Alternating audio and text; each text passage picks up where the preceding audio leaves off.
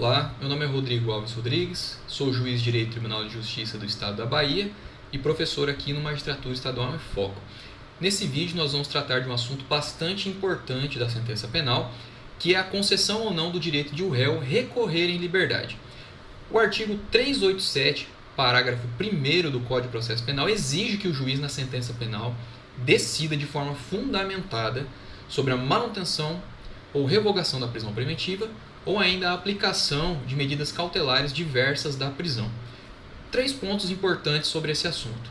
Primeiro, o juiz, nos casos em que o réu respondeu ao processo em liberdade, não pode decretar a prisão preventiva de ofício, isto é, sem que tenha havido pedido do órgão acusador. Na verdade, o juiz não pode nem mesmo aplicar medidas cautelares diversas da prisão de ofício, se o réu respondeu ao processo em liberdade. Isso decorre da previsão legal lá do artigo 311 do Código de Processo Penal.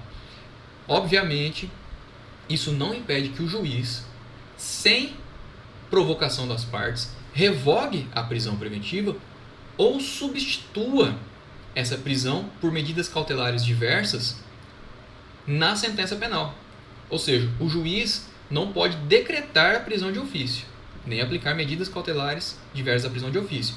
Mas se o réu respondeu ao processo preso preventivamente, o juiz pode, sem provocação das partes, ou seja, de ofício, revogar a prisão ou substituí-la por medidas cautelares diversas.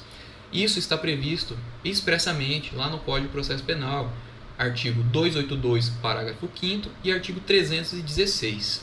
Tá? Essas previsões legais que impedem o juiz de atuar de ofício são a decorrência da adoção do sistema acusatório pelo nosso processo penal. Então, esse sistema acusatório ele impede a atuação do magistrado de ofício, isto é, sem provocação das partes. E a principal finalidade desse sistema é garantir a imparcialidade do órgão julgador.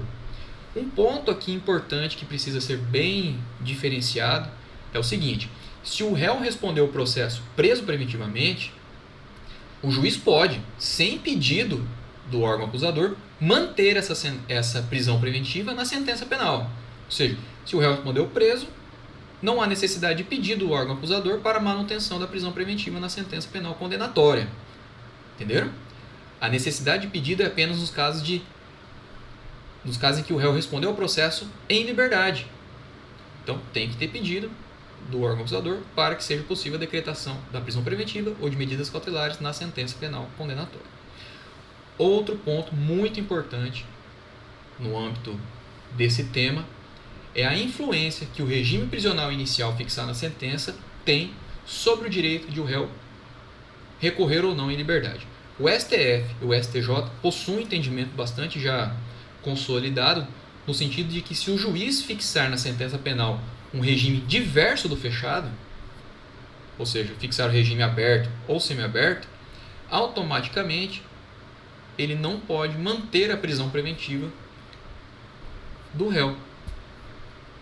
Ele precisa ou revogar essa prisão ou substituí-la por medidas cautelares diversas da prisão.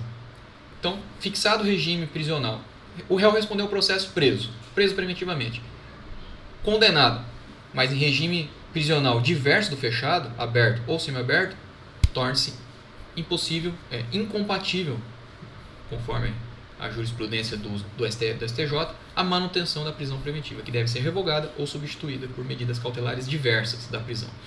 O STF fixou 2 exceções nessa hipótese.